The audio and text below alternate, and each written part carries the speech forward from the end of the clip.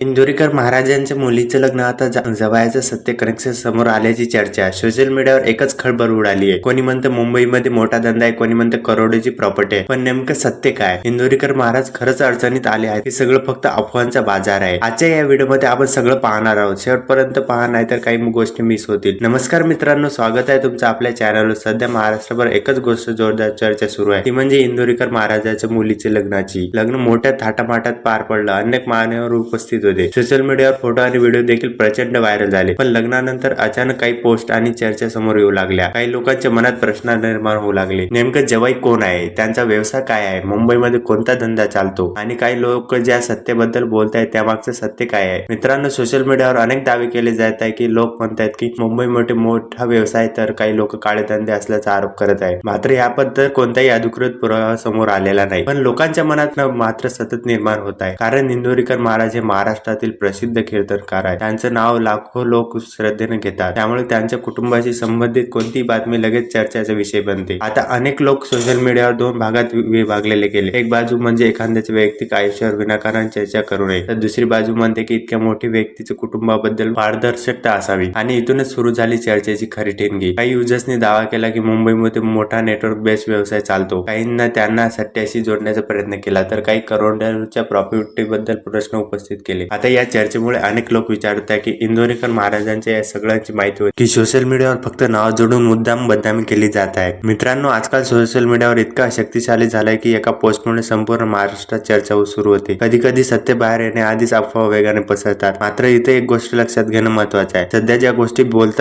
गोष्टी बोलल्या जात आहेत ते कोणी अधिकृत पुष्टी समोर आली नाही. त्यामुळे कोणत्याही निष्कर्षापर्यंत पोहोचण्यापूर्वी सत्य समोर येणं गरजेचं आहे. पण तरीही लोकांच्या मनात प्रश्न थांबत नाही. ही मोठी चर्चा अचानक का सुरू झाली? मुंबई कनेक्शन नेमकं काय आहे? प्रॉपर्टीची चर्चा रंगते. आणि जर हे सर्व खोटं असेल तर मग इतक्या पोस्ट व्हायरल कशा झाल्या? मित्रांनो, इंदोरीकर महाराज हे नेहमीच त्यांच्या वक्तव्यामुळे चर्चेत राहिले आहेत. त्यांच्या कीर्तनाला लाखो लोक उपस्थित राहतात. त्यामुळे आता त्यांच्या मुलीच्या लग्नामुळे सुरू झालेली ही चर्चा आणखी मोठी होत चालली आहे. काही लोक म्हणत आहे की विरोधक मुद्दाम टार्गेट, काही लोक म्हणत आहे की धूर आहे म्हणजे आग कुठेतरी असेल. आता यात किती सत्य आणि किती अफवा या येणाऱ्या काळात स्पष्ट होईल. पण सध्या सोशल मीडियावर हा विषय प्रचंड ट्रेंड मध्ये आहे. एवढं मात्र नक्की की तुम्हाला काय वाटतं? ही फक्त अफवा आहे का यामागे खरंच काही मोठं दडलंय? म्हणजे इंदोरीकर महाराजांच्या जवळचं सत्य इतक्या लवकर समोर येणं हे खूप मोठी गोष्ट आहे. इंदोरीकर महाराज हे महाराष्ट्रातील लाडके कीर्तनकार आणि फेमस रील स्टार सारखे सुद्धा झालेले आहेत. यांचे फॅन बेस आणि खूप मोठा झालेला आहे. हर एक मराठी घरात इंदोरीकर महाराजांचं कीर्तन हे चालतं म्हणजे चालतं. आता येणाऱ्या काळात इंदोरीकर महाराज स्वतः स्टेजवर येऊन सगळ्या गोष्टीचं वक्तव्य स्पष्ट करणार आहे. काय सत्य आणि महाराजांचे जे जवाई आहे ते कुठे काम करतात आणि त्यांचा धंदा पाणी काय, या सगळ्याची पुष्टी महाराज करणारच आहे 2 दिवसात. तर सगळ्यात पहिले जर तुम्हाला महाराजांची